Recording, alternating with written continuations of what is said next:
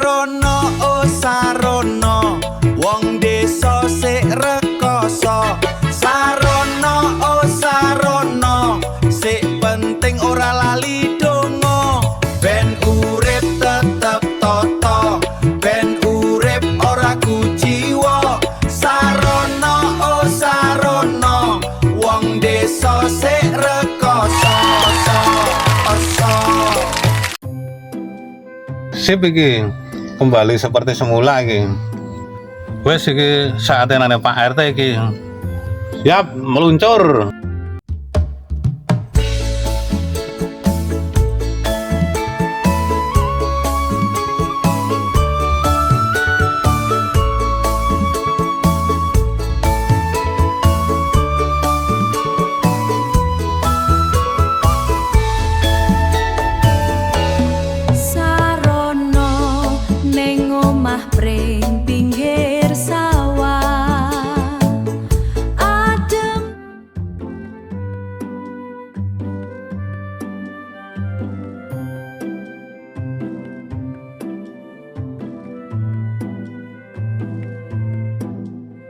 Sing petung sing enom, sing baru tumbuh, sing tuwa itu dipakai untuk usul, untuk bangunan itu bisa. Nah, ini dulu 15 meter ono ini bangunan, tiang bisa, untuk usuk-usuk bisa. Nah, ini siap dipakai, ditebang. Aku tak tinggal lunga sedina wis do goleki iki ana acara apa wae. Jare paena wis mrene mah kecelik barang iki. Marsudi barang jare mah mrene ya kecelik sisan iki. Jarene mamake ngomongke nek Marsudi man blimbingku ya omongane dadi cilik kae ngono. Jarene Marsudi tak kandhani kok ora nggugu. Wis tak kandhani nek arep mangan blimbingku ya omong karo aku dhisik ngono. Malah dadine kaya sarana kabeh Marsudi Paeno kabeh kuwi wong telu. Wis jarene wis kaya sarana kabeh iki. Wis tak dongane ben kabeh do ninggal mari wargaku kae sing kaya sarana lan liya-liyane kuwi ben ndang pulih kaya wingi uni.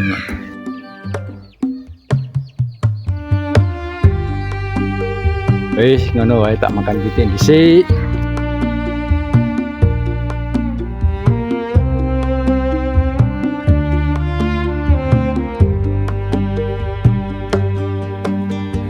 Ing pacar kang isih nggawa meko kelabu, Pak RT nggadahi donga tulus ing kalbu. Warga Sukoharjo. Wah, tak nilai lebih dhisik kae rumpakane barang. Mugi Gusti paring berkah, guyub rukun sinawung elo. Mugi Gusti paring berkah, guyub rukun sinawung elo. Astanipun ngrumat paring paan kewan ingon pitik lan wedhus kabeh diparingi rasa tresna. Boten wonten pangarep pamrih ingkang dadi babon, namung kewajiban ingkang kedah dipun lampahi kanthi sae. Pak RT mlampah nggawa apoting rasa paseturan. Gusti, mugi desa menika tansah widodo, guyub rukun dados tali ingkang boten gampang pedha. Namung kepengin kahananan menika langgeng lan sae, Sukoharjo arga dadi sedayu Bantul Mulya. Banjur nyiram tanduran ing selo selaning sore, banyu suci nelesi bumi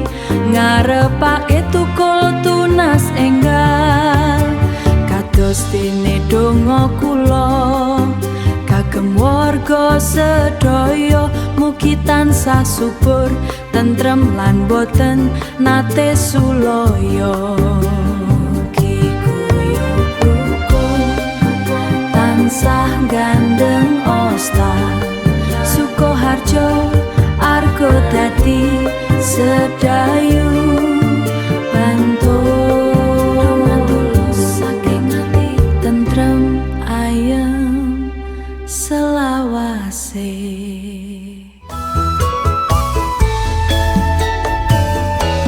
sarono ning omah pring pinggir sawah adem nanging mulya atine senajan urip marat nandang loro tetep eling Gusti kang kuwasa urip iki mung sawang sinawa omah pring dadi seksi kahanan pasrah marang kersane Gusti pasarana nemu jati diri sarana nemu jati diri ora susah bandha donya cukup ring nancep. Wah, ya iki gara-gara blimbing. Blimbing. Terus ya sing salah aku ding wong aku wingi rajin Pak RT wis jan waduh. Yang penting anu guys, aku wis mari suara wis boleh lah.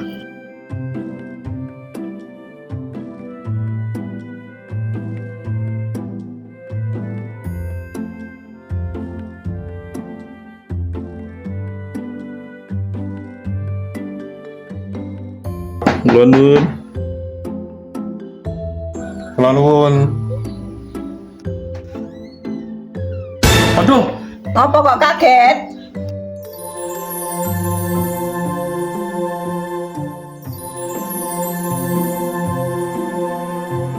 lah ya kaget tau tak kira mak bedutu ki apa ngono lho.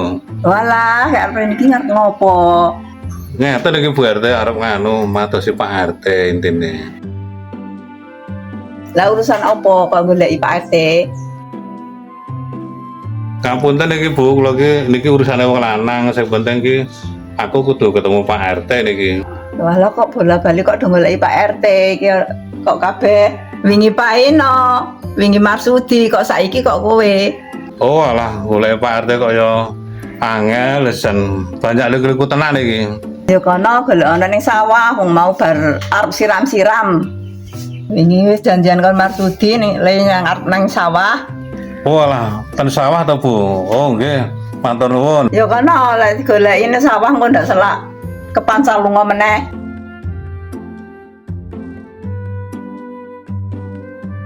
Pun parang Bu. Oh nggih, monggo.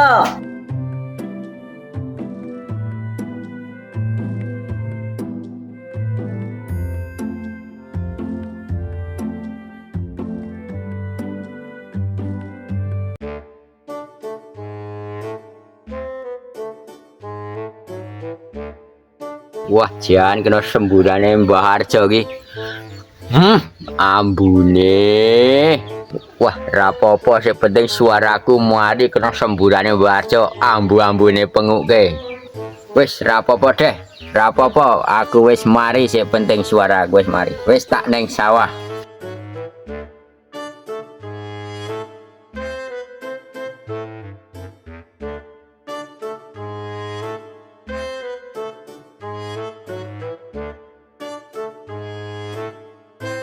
Ora obah, ora mamah, ora cukup donga, ora ngupa.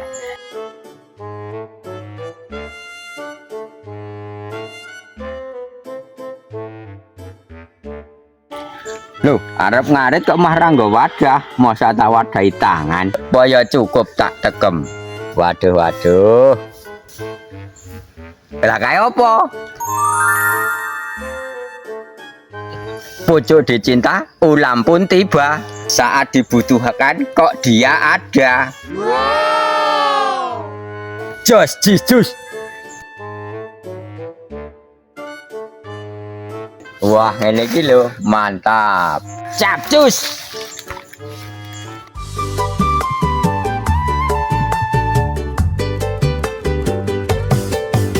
Keringat milih deras, tapi hati tetep mulya.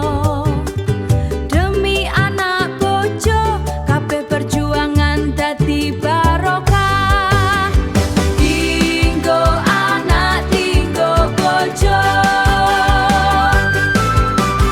Awak dhewe pikir mengko.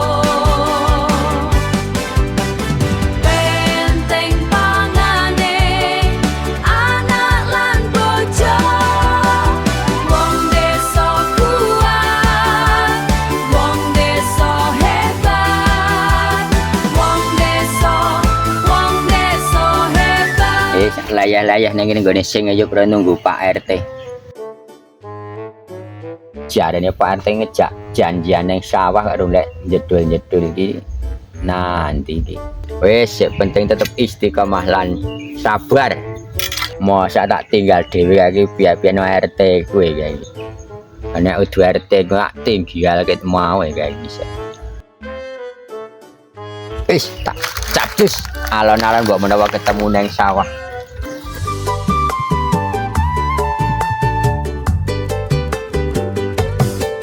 Nempel-nempel sikik ro ngenteni Pak RT. Tapi hati tetep mulya. Demi anak bojo, kabeh perjuangan dadi barokah. Tinggo anak, tinggo bojo. Awak dhewe pikir mengko.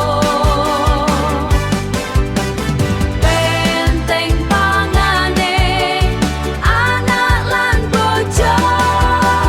Wong desa kuat, wong desa hebat.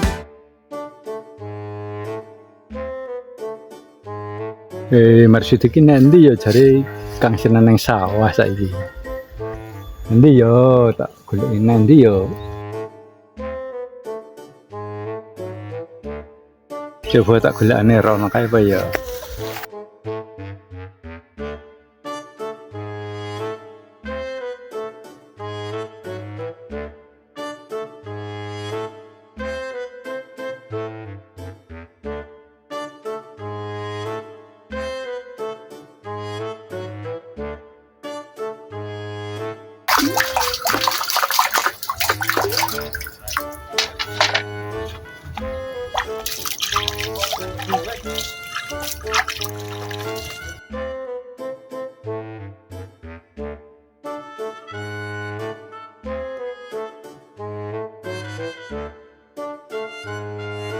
Wah, tak tunggu-tunggu kawet mau yang ada kandiku ki wis kebae.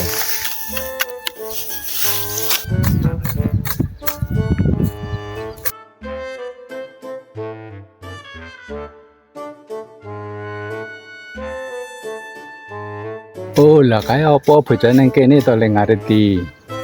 Tak goleki nganti muter-muter kepanasan hidup banyu sumur barang jebulane nang kene to.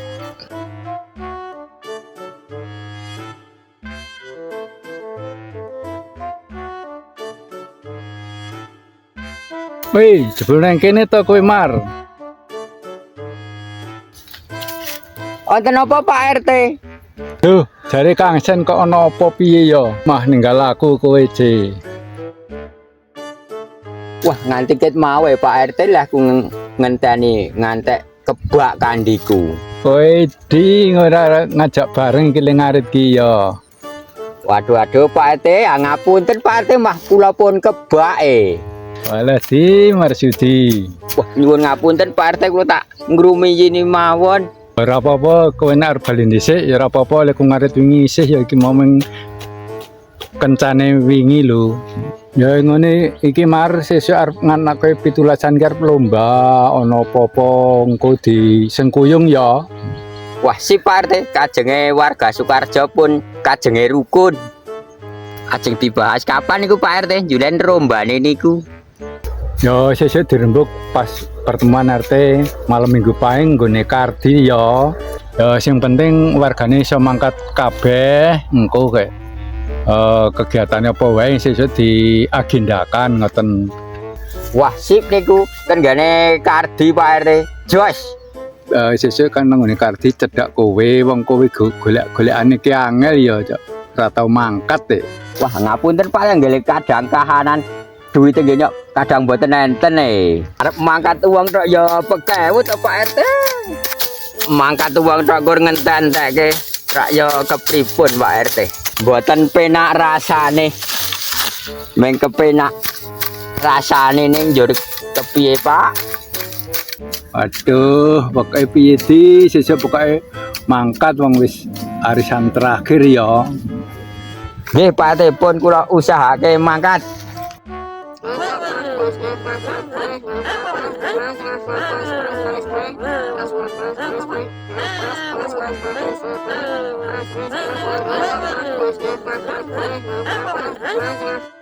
Nggih pun Pak RT gadeng lo pun kebak tak ngrumi ini. Ya nek arep disiki kono ya engko nek wis ngono ya tak nututi bali ngono.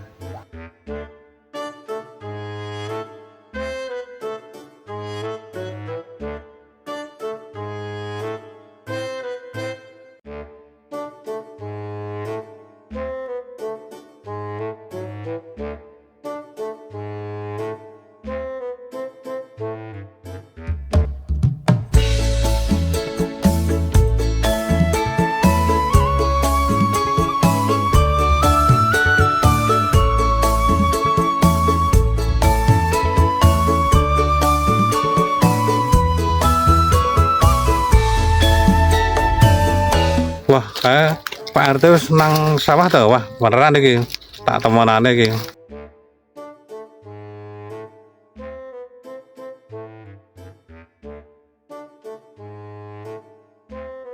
Lho, kok tekan kene iki ana apa ya? Wah, iki alhamdulillah ketemu Pak RT nang kene. Ya, intine iki agar konfirmasi le suaraku wingi iki malih cilik nih, alhamdulillah saiki wis mari pulih kaya wingi ngene Pak RT. Ya syukur nek wis mari boleh kaya wingi uni lantaran Amin. ya saka berkah saking pangeran ya lantaran sapa wingi sing iso nemokke tombo kanggo kowe ya lan matur nuwun nek ana apa-apa ya khususnya warga RT 44 supaya ya guyub rukune dijaga bebarengan lan nek ana sing dadi perkara sing ora penak ya dirembuk bareng-bareng.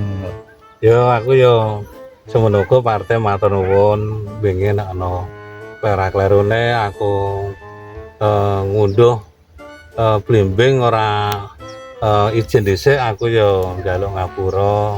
Ya kemuga Pak RT iso ngenehi aku ngapura sing kanthi ikhlas lahir batin. Pak RT wis pulih kaya wingi uni iki matur nuwun. Ya ora apa-apa kuwi dadi sing tok karepe ya aku ya duwe ngapura marang kowe terus sak teruse ya sesuk nek ana apa-apa ya nembung ben oleh palilae sing duwe. Oh nggih, matur nuwun Pak RT. Wis pun kanthi jenengan wis ngenehi pangapura kalih kula ya sanget matur nuwun. Ya wis sing wis masalah blimbing ya wis cukup semono dhisik lan saiki tak kei info bilih 17-an sesuk iki dirataken ya nang RT loro. Kegiatan-kegiatan iki arep ana lomba-lomba, aku njaluk dukunganmu lan kekompake warga RT 44 ben iso guyub rukun sumarak lan mengko iso sukses kegiatane. Waduh, ana acara lomba to Pak RT. Sip kuwi lah esuk tak melu ngregengake nek arep ana lomba Pak RT. Kira-kira kuwi kapan Pak RT dimulai lombane iku? Yo sesuk kuwi sesuk dirembuk bareng-bareng karo pertemuan RT papat-papat kan malam minggu paing nanggone Kardi. Berkegiatane engko dirembuk bareng ben piye iso mlakune apik, engko kegiatan digawe agenda jadwale iki padane kapan engko terus malam piturasan iki tirakatan terus dilanjutke apa engko dirembuk bareng-bareng sesuk pas pertemuan minggu paingan nggone Kardi ngono. Oke Pak RT, nek kartu iki aku engko meng sak pelintengan kuwi Pak RT aku, makanya masalah kan cerak kuwi Pak RT. Oke, siap. Yo sip sesuk di kompake ning kanthi syarat ya sesuk nggo duit iki pitulasan kan biayane akeh iki sesuk yo diitung-itung bareng ngono. Waduh Pak RT, kuwi masalah duit kuwi esuk yo ngono Pak RT nek aku urung ono dana yo aku esuk yo intine nyilih dhisik Pak RT, soalnya bayaran wis gampang lah. Walah, pokoknya sing penting sesuk mangkat yo. Ya wis selak sore ayo dibubarke engko sesuk disambung meneh.